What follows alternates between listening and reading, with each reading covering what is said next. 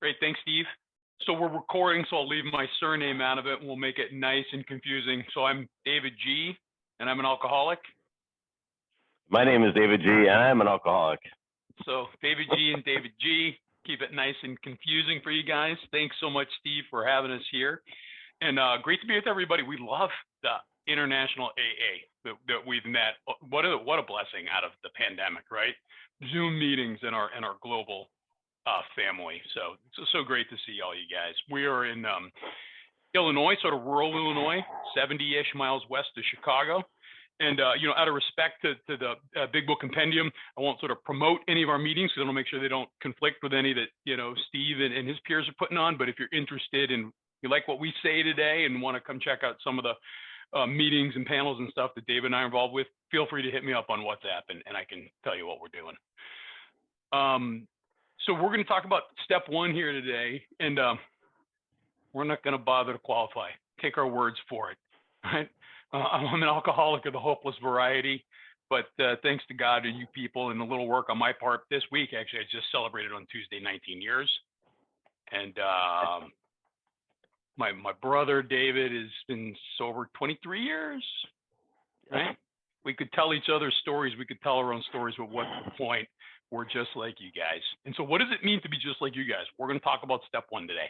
We're going to come out of the book as we always do, right? I mean, because Alcoholics Anonymous is the book Alcoholics Anonymous, and everything else comes from there. So we're going to read and we're going to translate and we're going to lead you through it. And, hopefully this makes sense to you. So we're going to jump around a little bit. We're going to pick up on Roman numeral page 28 in the 4th edition, which is XXVIII in the doctor's opinion. I think it might be 26 in the 3rd edition. I don't have a 3rd edition. Yes. Yeah, it is. Okay. But we're going to pick up here. And in this chapter, the doctor's opinion was written by a guy named William Duncan Silkworth. He is a physician who worked at the Towns Hospital in the early part of the 1900s. And I don't think it's known exactly, but from what I've read, he treated somewhere between 40 and 50,000 alcoholics and drug addicts in his career. And he was the physician who worked with Bill Wilson, one of the co-founders of AA Getting Sober. And he's really the guy, the physician, who went out on a limb based on his observations and figured out what our illness is, right? That we're sick physically and mentally with this illness. And oh, by the way, we got an even bigger problem than that. We're desperately, terribly spiritually ill. So when we jump in here on the top of Roman numeral 28, the doctor is talking about the physical part of our illness. Okay. So it starts with first full paragraph. We believe, and so suggested a few years ago, that the action of alcohol on these chronic alcoholics is a manifestation of an allergy, that the phenomenon of craving is limited to this class and never occurs in the average temperate drinker.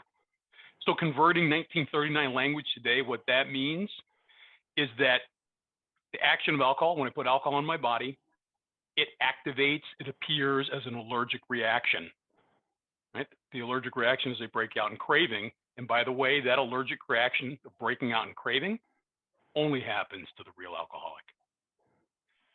So we're talking about an abnormal reaction, as David pointed out. So if I had a reaction to shellfish because I've become allergic when I eat shellfish, I would have an abnormal reaction. My throat would close up. So with alcohol, I have this abnormal reaction. The opposite thing happens with me is my throat opens wide open up, right? And then this phenomenon of craving that I have here is not the craving that I read about in the Webster's Dictionary. Like, maybe here in the States anyways, if I crave something, it'd probably be pizza, maybe chocolate cake. The doctor's not using craving in that analogy there. The doctor's talking about that I break out in this craving, that I want the second one more than the first. I want the third more than the second. And I didn't realize that I was having these cravings when I was drinking. I didn't understand that whatsoever. I just thought during that process, I changed my mind because I was at the pub, I was at that bar, and I had a couple of drinks with my buddies. And then my other buddy, Joe, showed up, and I thought, I just changed my mind. I'm going to have a couple more drinks to stay a little bit longer. But that's not what happened. And as a matter of fact, it's like this craving that takes place inside of me. And I heard this analogy before, and I think it's a really good one. It's like right now, all of us are in a craving. We're all having a craving right now. And I don't know I'm ever having this craving until it gets interrupted too, by the way. Okay, think about that. When this last call or I can't drink anymore, and I'm in the process of drinking, and then you break that cycle of me, and that craving gets interrupted. And the craving that we're having right now is we're craving air, oxygen. So if someone came up behind me and put a plastic bag over my head, I would be craving oxygen. And the same thing kind of holds true with drinking. And when this craving gets interrupted, I'm out of my mind trying to search and find out how to get another drink. Okay? So biology, genetics, physical, DNA. I activate an allergy when I put alcohol in my body. And then as this paragraph continues, the big book does this a lot. It characterizes alcoholics. It makes a lot of statements. But when we go through the book like this, what we like to do is we like to take these statements and turn them into questions, because when the big book's making statements about the alcoholic, I'm like, well, they're talking about Kicken. They're talking about Frank. They're talking about Julie. I'm like, no. I need to personalize this to make it about me. So I'm going to read these as questions instead of as statements as we continue. So first of all, show of hands. Anybody ever break out in craving? Anybody ever plan to have one or two and you ended up having 1 or 2 dozen instead? Yeah, right? Allergic reaction. So as an allergic type, can I safely use alcohol in any form? Beer, wine, spirits, hand sanitizer, maraschino cherry, vanilla extract, rubbing alcohol. How about benzodiazepines that affect the brain in the exact same way that alcohol does? I'm allergic to everything, guys. I can't do anything safely. I go in for a procedure. I want to know exactly what the doctor's going to give me before and after, because I still have this allergy, guys. I'm clean and sober. I'm recovered from the hopeless state, right? But I don't take anything for granted. I don't test it. Once I form that habit, the continuous drinking from breaking out and craving, have I found I can't break it? Anybody tried to stop drinking abruptly and finally couldn't? How about this? Have I lost my self-confidence about drinking because of my allergic reaction? Have I lost my reliance upon things human? David, you want to talk to that real quick? Think about that, guys. I mean, I'm married, been married 33 years. I have 5 daughters, a couple grandchildren, one on the way. I love my kids with all my heart. I love them with all my heart. And I know a lot of women Alcoholics Anonymous too, that have children too, and they love their children. And you think about this, I love my children in such a way that it is like I would lay down in front of a train for them. But my wife would stop that train for the love that she has for them. I mean, my wife's love for her children are stronger than mine. And think about an Alcoholics Anonymous. It's like how many times I heard women say, I'm going to stop on behalf of my children. I'm going to put a picture of them on my refrigerator, and it's going to remind me how I'm not going to drink today. And yet they drink, and then DCFS comes in and takes their children from me, and they're in front of the judge wondering, how did this happen? Because they broke out in craving once they had it. We're going to get into why they break out in craving, why this greater part of this illness here, but no human power. I love my children, and my wife would love her children, but yet not powerful enough to stop me from drinking. So my reliance, my dependence upon people could not stop me from drinking once I started. The last question, and I love asking this at treatment centers when there's 25 people and you get like 3 people with their hands raised as they're sitting in a treatment center. Are my problems piling up on me and becoming astonishingly difficult to solve? You know, in my experience, when we're sitting in a treatment center, we're sitting in a jail, or hell, when you're showing up to an AA meeting for the first time terrified, how are things going? How are you doing on your own power is the question I like to ask. And that's something I ask people to consider too. Don't answer it right away, because you probably can't answer that question if you're new, but consider on your own power. How are you doing? How are you doing with your problems? Are they piling up on you? So here's what Dr. Silkworth concluded once he figured out the physical part of our illness. He concluded the only solution to not break out in craving is complete abstinence. That means don't drink anymore.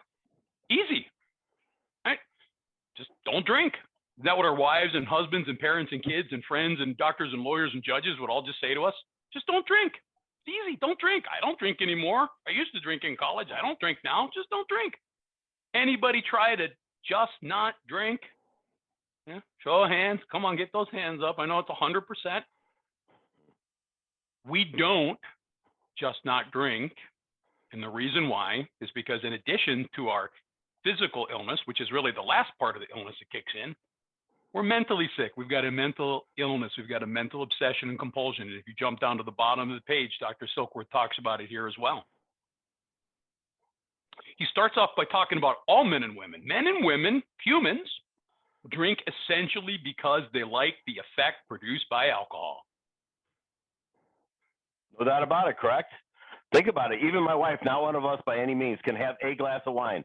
And she likes to have a glass of wine during dinner. I mean, I'm talking about one of those little glasses of wine, not like the bottle, not our kind of wine. Like, and then it takes her all evening to drink, and then she forgets about where she put it, and she asks me later on, where did I put my glass of wine an hour ago? But Joe and Charlie's best analogy to that, it says men and women drink essentially because they like the effect produced by alcohol. Well, I also like the effect produced by water when I'm super thirsty. And Joe and Charlie's analogy is, but I've never sat down and drank a whole case of water in one sitting. So as the narrative continues, we're really back to talking about the real alcoholics again. The sensation, the effect produced that I want, that sensation is so elusive that while they admit it is injurious, they cannot, after a time, differentiate the true from the false. Guys, this is my mental problem. What this says in simple language, I want the effect produced. I want to take the edge off. I want to be a better dancer. I want to go talk to the good-looking woman at the bar. I want all those things that I can't do in my normal state. And so I want, if I have 2 stiff drinks, I'm going to turn into Casanova, Romeo, John Travolta, right? But here's what happens. That sensation that I want so badly eludes me. You know what it means for something to be elusive, evasive? You can't grab it. You can't control it. You can't hold it. It eludes me because my plan is to get the effect produced from 2 drinks. But on that first drink, I break out in the phenomenon of craving. And I don't have 2. I have 20. And in my mind, I think I'm that Casanova, Romeo, John Travolta. But to that woman I go and talk to, it's a terrible experience, right? It eludes me because I break out in craving. I can't get the tiny effect produced that I want. And while I admit it's injurious, here's what happens to me on Friday night. I talked to my girlfriend at the end of the workday. I said, I'm going to go to happy hour with my coworkers. I'll be home at 8 o'clock. If you don't have dinner ready for us, we'll watch a movie. We'll have a night in together. She says, sounds good. And I go to happy hour at 6 o'clock. I got 2 hours, have a couple drinks and get out of there. What happens when I go to happy hour at 6 o'clock for 2 drinks? I break out in craving on the first drink.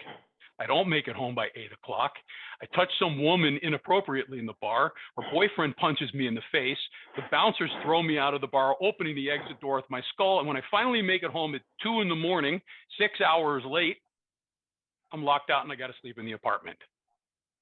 Anybody have any experiences kind of like that? Show of hands. Yeah, that's bits and pieces. That's the greatest hits. It's not a real story. It's bits and pieces, though, from my life, right? Used for illustration purposes only. That's pretty injurious because I planned to have 1 and I had 20. But then what happens on Saturday?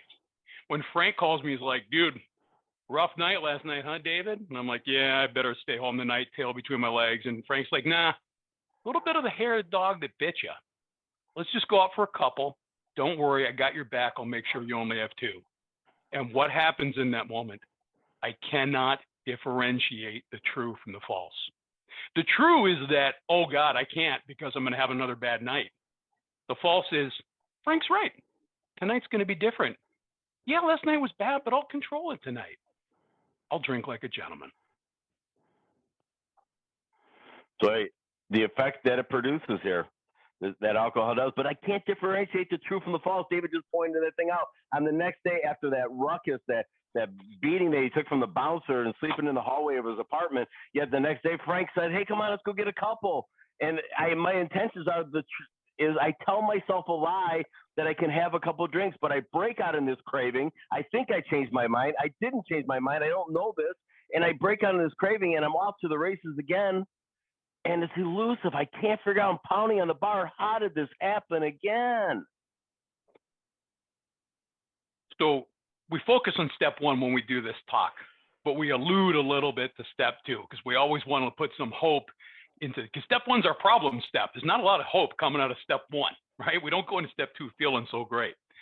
So I mention that because Step 2 talks about the restoration to sanity.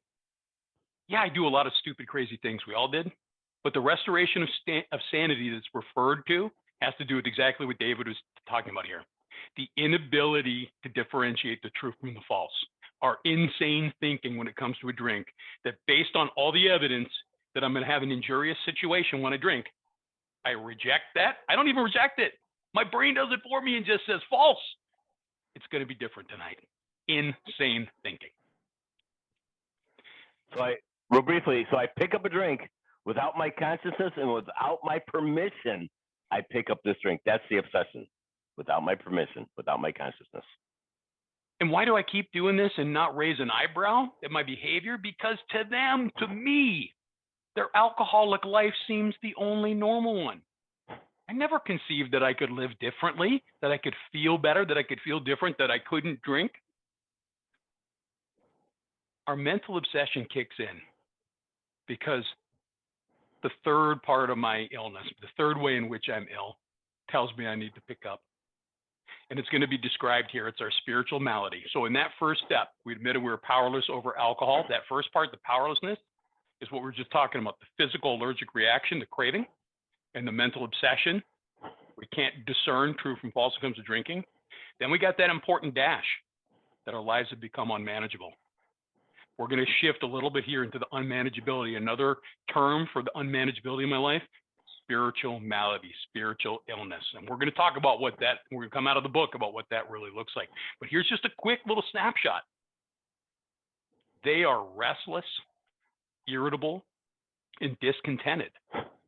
Unless they can again experience the sense of ease and comfort which comes at once by taking a few drinks, which they see others taking with impunity. So restless, right? I can't sit still, uncomfortable in my own skin, irritable, always on the edge of anger, discontented, unhappy.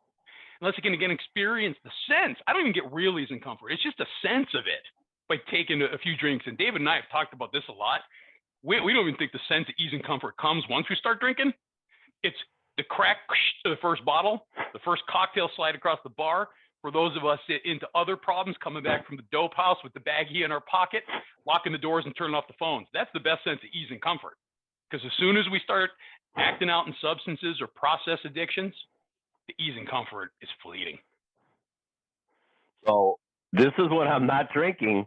This is how I feel. This is part of the third part of the. So the first step, as David pointed out, I'm powerless over alcohol. That is a problem. It's not the problem. And the dash means to continue, that my life is unmanageable. That is my problem here, that my life is unmanageable. Oh, the alcohol problem is a problem if I pick up a drink. Don't get me wrong. If I pick up a drink, then consequences and circumstances are going to run wild. I mean, I'm going to end up back in jail. I'm going to lose my wife. None of that's going to keep me sober, by the way, either. But the unmanageability in my life here, I got to get a power. I know I'm creeping into two a little bit here because I got to give hope, like David pointed out. Is if I'm powerless, the opposite of powerlessness is power. I have to make a decision about power. I have to have a relationship with power, and it can't be a human power. The last piece here, too, that I read, drinks which they see others taking with impunity. This is the frustration of our life. Impunity means without punishment. So I went to happy hour at 6 o'clock, and all my buddies from work had their 2 drinks and went home and made it home to dinner. No punishment, but not me. I get all the punishment, all the punity. So after they've succumbed to the desire again, because I'm unmanageable and spiritually ill and my brain tells me I'll feel better, it lies to me. And the phenomenon of craving develops because I have an allergic reaction to alcohol. They pass through the well-known stages of a spree, a binge, a run, a drunkenness, emerging remorseful with a firm resolution not to drink again. Firm resolution not to drink again? Anybody? Look in the mirror when you come to on a Sunday night, talking to yourself in the third person. David, you're smarter than this. David, you're stronger than this. This is repeated over and over. And unless this person can experience an entire psychic change, there's very little hope of his recovery. Okay, so that's like a little warning there. But if you turn it around, it means if I do have a psychic change, then there's great hope of my recovery.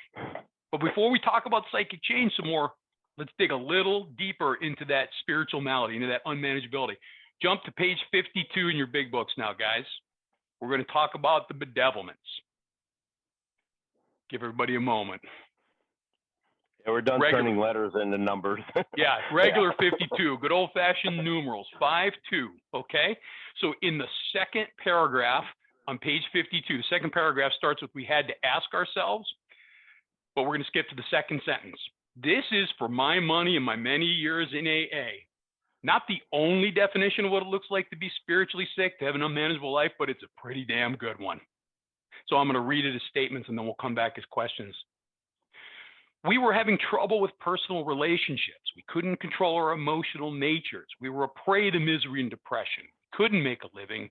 We had a feeling of uselessness. We were full of fear. We were unhappy. We couldn't seem to be of real help to other people. Story of my life. I was born in 1973. This book was written in 1939. How the hell did they write my autobiography on this page? So let's turn into questions. Am I having trouble with personal relationships? Anybody experience this as you were coming in? And by the way, not a bad little spot check, even for people in recovery, right, as we're doing our 10th and 11th step work. Could I control my emotional natures? To be unreasonably angry at stupid little things in life? Am I a prey to misery and depression? I don't know about you guys. I'd wake up every morning and I'd be like, not again. Not again what? Not again everything. Not again life. I had 5 pots of misery I had to cook and a 4-burner stove. No matter how I tried to rearrange it, I couldn't handle all the misery I felt when I woke up. Can I make a living? Not can I have a job? You know, David, you want to take this one? I can make a living, meaning do I go to work and I'm supposed to be scheduled at 7 a.m. and I'm supposed to work till 3 p.m.? Do I come in before 7 a.m. on time, punch in on time, and do I stay till 3 o'clock? Or do I skate early and come in late? Do I take a cigarette break 18 times during the day? Am I stealing from my employer? Am I being dishonest? Am I no call, no show? Am I doing all the things that I've always done in my past? I can have a job, but am I making a living? Am I living my life honestly? How about anybody unhappy? No, excuse me. How about anybody have a feeling of uselessness? Thank you. You Yeah. take that one too? Well, dude, I had never felt useful until I got sober, guys. I'm going to tell you that right now. I just felt like I was just existing, you know, I was just in the way most of the time. Today, I feel a sense of usefulness. How about this? Who was full of fear? Not a little scared. Who was full of fear? Right? Same thing. I love when we go to talk to men's groups in the treatment center and oh, we're all macho. We're not afraid of anything. Oh, yeah? How about this for a couple scenarios?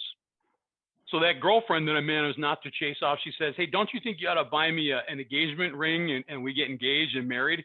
All right, men, what's our first thought as soon as we have that proposition? Yeah, right. Allie knows. If I propose, I'm only going to be with one woman the rest of my life. Instant fear, fear of commitment. But what's the next fullness of fear? Well, wait a minute. If I don't propose, she's going to leave me and I'm going to be alone the rest of my life. How about this at work? They say, David, you've actually been doing a good job for a change. We're going to make you an assistant manager. What's my instant reaction? Oh, I'm scared if I take the job, they're going to expect even more from me. And then what's my next reaction? Well, if I don't take the job, I'm never going to have enough money. I'm not going to be able to buy the ring. I'm not going to ever have a woman with me the rest of my life. Fear, fear, fear, fear, fear. Well, I come up with 13 more outcomes for every one of those. Every outcome is going to have a fear response. Guys, this is why it says full of fear.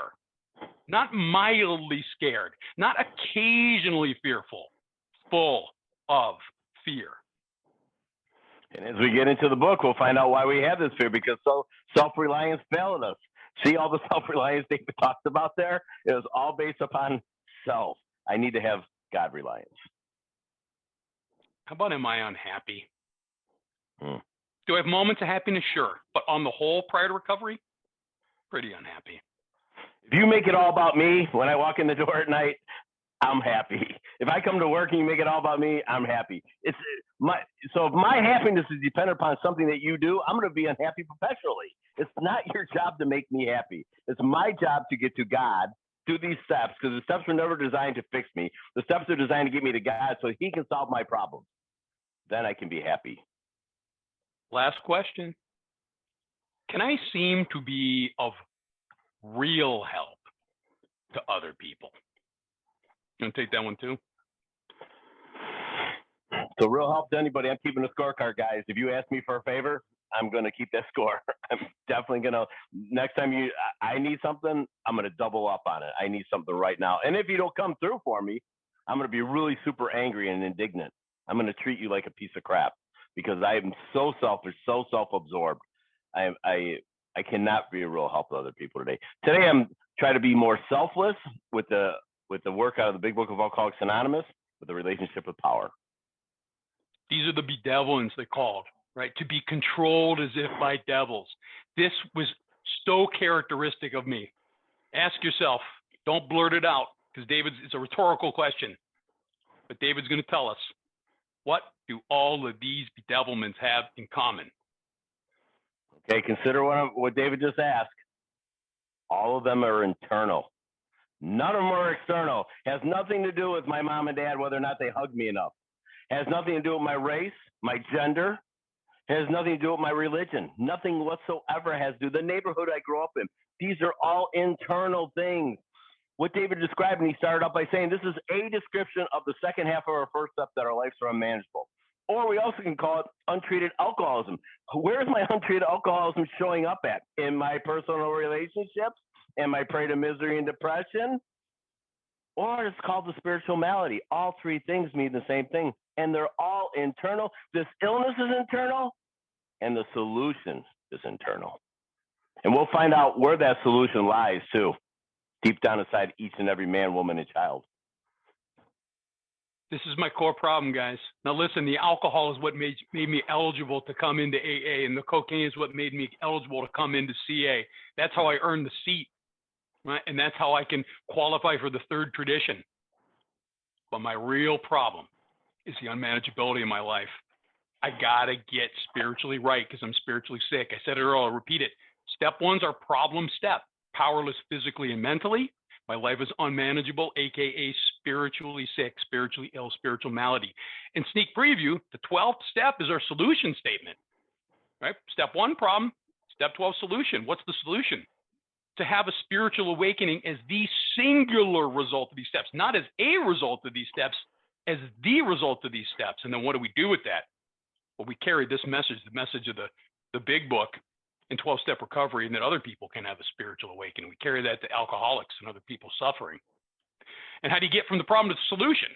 Well, 1's the problem, 12's the solution. How about 2 through 11? It's a pretty tried and true approach to get from sick to healthy. So we talked about so far, those sort of 3 parts of the first step: the physical craving, the mental obsession, the spiritual illness. Went into great depth here about that spiritual illness, so it's so sick. And I always was a lot of nodding heads, a lot of hands raised. We live this way. So if I get to 12 and have my spiritual awakening, what's it going to look like to not live in these bedevilments? That's the next question. We're going to give you a sneak preview of that because, again, this is the part of the talk we want to turn to some hope. So now we're going to jump backwards to page 27, not Roman numerals, just normal 27, a 2 and a 7. Let me know when you guys are there. I'll watch everybody turning pages. 27, we there? Okay. Guys, we're jumping in the middle of another story with another doctor. This is not Dr. Silkworth. This is pre-AA, okay, this story. This is a doctor, a psychiatrist, and a psychoanalyst whose name is Carl Jung, okay? He is one of the most historically world-renowned psychiatrists and psychoanalysts. He even came up with his own form of therapy. It's called Jungian analysis.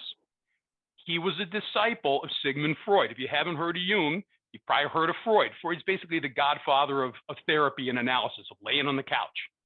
So Freud had 2 main disciples, Adler and Jung. Freud and Adler believed if we were messed up people, like we are, by the way, that all our problems could be solved with enough therapy, enough laying on the couch, enough talking, like David said, about how my parents didn't hug me enough, and maybe some pharmacology, right? My thallium deficiency. Jung differed from Adler and Freud in that Jung believed a spiritual solution was the answer to some problems that humans have. So Jung here is working with a guy named Roland Hazard, very wealthy American businessman, such a terrible alcoholic and also such a wealthy guy somehow. He left for a year and stayed in the care of Dr. Jung in Switzerland for a year. And after a year, he's like, I'm better. I'm cured. And Dr. Jung said, yes, you are. I agree. He said, go forth, go back and have a wonderful, prosperous, healthy, happy life.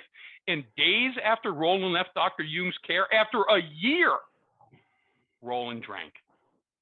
So he comes back to Dr. Jung and he says, doctor, why can I not stop drinking? And here's what Dr. Jung told him. The doctor said, second paragraph in 27, you have the mind of a chronic alcoholic. I have never seen one single case recover where that state of mind existed to the extent that it does in you. Our friend felt as though the gates of hell had closed on him with a clang. Think about the gravity of what the doctor just told him. Imagine if you had a cancer diagnosis and you went to the best hospital in New York City or London or wherever you are, and the chief of oncology said to you, I've never seen anybody with cancer like yours survive. It's the same death sentence, guys. He said to the doctor, is there no exception? Remember, guys, pre-AA. Yes, replied the doctor, there is exceptions. That's why I'm making a big deal of pre-AA, because he's saying exceptions to cases such as yours have been occurring since early times. Here and there, once in a while. Now, guys, pause. We see this all the time because people work all the steps thoroughly and honestly and live in the triangle of our three legacies. But at this time, he said exceptions to cases such as yours have been occurring since early times. Here and there, once in a while, alcoholics have had what are called vital, life-giving, life-sustaining, spiritual, beyond the physical, beyond the corpus, beyond the mental, mentis. Can't explain above and beyond. Vital spiritual experience. To me, these occurrences are phenomena. That means like rare and can't quite be explained. They appear to be in the nature of huge emotional displacements and rearrangements. Guys, here's the payoff. This is what it's going to look like when I had my spiritual awakening. This is what it looked like. Ideas, the stuff up here in my head, emotions, the stuff in my heart, and attitudes, the things that are rotting in my gut, in my belly. Ideas, emotions, and attitudes, which were once the guiding forces of the lives of these men, are suddenly, don't even worry about suddenly, but they're cast to one side. And a completely new set of conceptions and motives begin to dominate them. So David had started out by using the word chronic, and we're big believers in, when we do our big book study on Thursday night, we have a 1938 dictionary. We want to stay true to the text, what Bill meant. Words have changed, definitions have changed over 80 plus years. The word chronic here, so remember, you have the mind of a chronic alcoholic. This is one of the leading psychoanalysts in the world that gives them the death sentence like this. Chronic, habitual, marked by a long duration or frequent reoccurrence, always present or encountered, constantly vexing, weakening, or troubling. This is not very hopeful, guys. But as we read through this paragraph here, and the Dr. Jung is telling Roland that he must have a vital spiritual experience. Dr. Silkworth used an entire psychic change. They mean the exact same thing. They're phenomenon. These are two world-renowned doctors. Oh my God, Silkworth with 40,000 patients, Jung, a world-renowned doctor, is saying this phenomenon. They can't explain this spiritual awakening, this spiritual experience, but we must have it. And when we talk about our ideas, our emotions, and attitudes, and once the guiding force of our life, the men are suddenly cast to one side, and a completely new set of conceptions and motives dominate them. This must happen for me, guys. And no human power can produce this. No human power. Not my wife, not my meetings, not my sponsor. No human power can produce this. And when my ideas, which are my thinking, when my ideas change, my feelings change. And I'm not being run around by emotions anymore. If I'm feeling sad, it's just a God-given emotion. I don't stay there very long today. This is a spiritual awakening. This is what I must have. The last thing the doctor says to him, at least in the part I'm going to read, is he says, in fact, I've been trying to produce some such emotional rearrangement within you. With many individuals, the methods which I employed are successful, but I've never been successful with an alcoholic of your description. Here's what our theory is, why he was able to help other people with drinking problems, but not Roland. Roland was a real alcoholic. And if you're not familiar with the big book, that's an expression that's used repeatedly in the book, real alcoholic, which is what we're talking to you about today. Real alcoholic is physically, mentally, and spiritually ill, the way we've laid out. The book also talks about certain kinds of hard drinkers that look a lot like us when it comes to their drinking. But when threat of divorce, threat of losing their kids, threat of losing a job, a health concern, something comes up, those hard drinkers that drank, looked like us, can stop or moderate. And I'll bet Dr. Jung helped a lot of those hard drinkers. But maybe Roland was the first real alcoholic he came across. So guys, doesn't this sound like a great outcome versus continuing to live in the bedevilments? I mean, I love this is my favorite page, and then we're going to finish on my second favorite page. Who doesn't want this? My experience was when I came in, I didn't know that I wanted this. Okay? Here's what that looks like. Be at this crossroads. Jump back 2 pages to page 25 and go to the very bottom paragraph.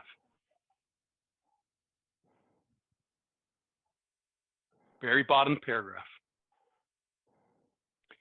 If you were as seriously alcoholic as we were, seriously alcoholic? Physically? No. I'm sorry, please. No. Well, how do we know we're serious alcoholic as we were? Well, because we studied the 10 pages of the doctor's opinion and up to page 25 of this book. So now we know what a real alcoholic looks like. The book is designed like this. It's the first 10 pages of the doctor's opinion. The first 23 pages of this book, so 33 total pages dedicated to the body. What happens to me when I put a drink in my body? Page 23 through 43, the obsession of the mind. Without my consciousness, without my approval, it hijacks my thinking, this obsession, and I pick up a drink. And then the spiritual malady is on page 44, 45, page 52, a little bit on 60 through 62. It's scattered throughout the book. You have to kind of look for it. But this is why this is a textbook and not a novel. If I gave David a novel, a John Grisham novel, and said, David, this is one of the best novels I've ever read. Would you like to read it? And he said, yeah, we read it. I read it once. He reads it once. We put it down. Not alcoholics, guys. This is a textbook. When my kids went to college, they're all grown up now.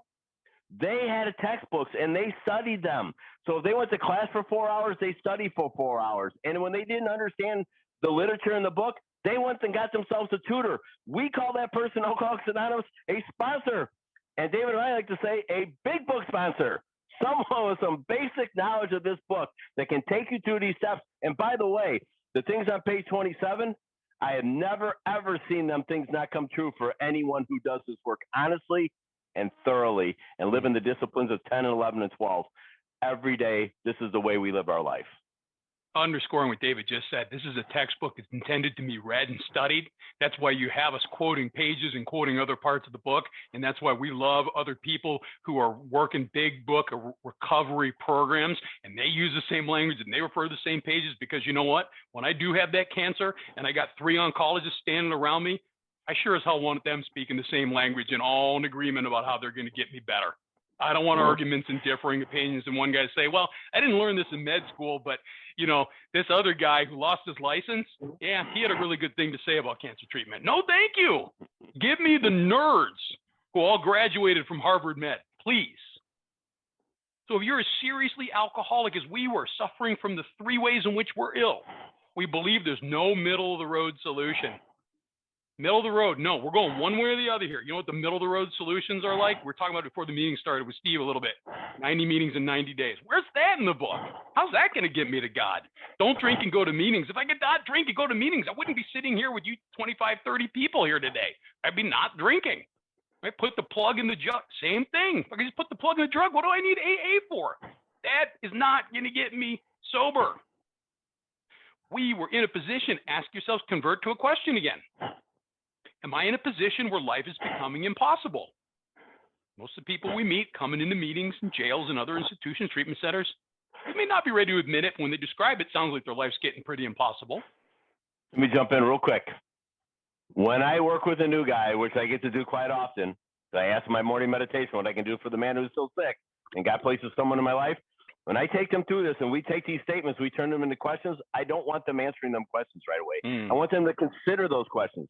What we are so brought up to do when we're sitting in classrooms as in high school, middle school, high school, college, is when the teacher asks a question, we raise our hand and we answer the question, and then we move on, and I forget the information that I just learned. Because I'm not the guy raising my hand in class, right? I'm never going to be the guy who answers the question. And by the way, the newcomer doesn't know what questions even ask anyhow. So we need to be armed with the proper information about ourselves and about this text. But the bottom line here is my life becoming impossible? Answer that question. Consider what I'm asking you. How are you doing on your own power? And how about the next statement turned into question? Have I passed into the region from which there's no return through human aid? We started off talking about human reliance couldn't keep us from stopping drinking, couldn't help us stop drinking. So rereading it, we were in a position where life was becoming impossible. And if we had passed into the region from which there's no return through human aid, we had but two alternatives, right or left, no middle of the road. One was to go on to the bitter end, blotting out the consciousness of our intolerable situation as best we could. You know what that is, guys, and people listening only, it's like a horse with blinders on, right? I'm going to the bitter end. I'm blotting out my consciousness, my awareness of my intolerable situation, the life that I can't tolerate, that I can't handle, but I'm going to endure it as best I can. Or I'm going to accept spiritual help, rather. Guys, it's so ridiculous. I started by talking about an anniversary, 19 years, right, this week. And every time I read this, and I read this all the time, 12-step work and the new sponsees and stuff, it's ridiculous. Of course, I will take the spiritual help. Who wouldn't? You know who wouldn't? Me at the very beginning. It took me 38 days to get fully convinced. You know why it was 38 days? Because on the 38th day, I asked the man to sponsor me, and I'm lucky I didn't go back out before that. Don't wait 38 days. Evaluate the alternatives and accept spiritual help faster. Why is it so hard at the beginning for so many of us? We are very comfortable in the devil we know. The pain is predictable. When I came in, and if you're anything like me, you had the same experience, you were already blotting out the consciousness of your intolerable situation as best you could. We're alcoholics. And I'm just wondering, what if there's a third alternative? What if I get that perfect girl? Oh, wait, I get that job and then I get to climb the ladder of success. What if I get that? Dude, they already told us we're beyond human aid. No human power. I suffer from 3 folds of this illness. No human being can get me sober. If I could have got myself sober, wouldn't I have done that? If I could have stopped drinking, I would just control my drinking.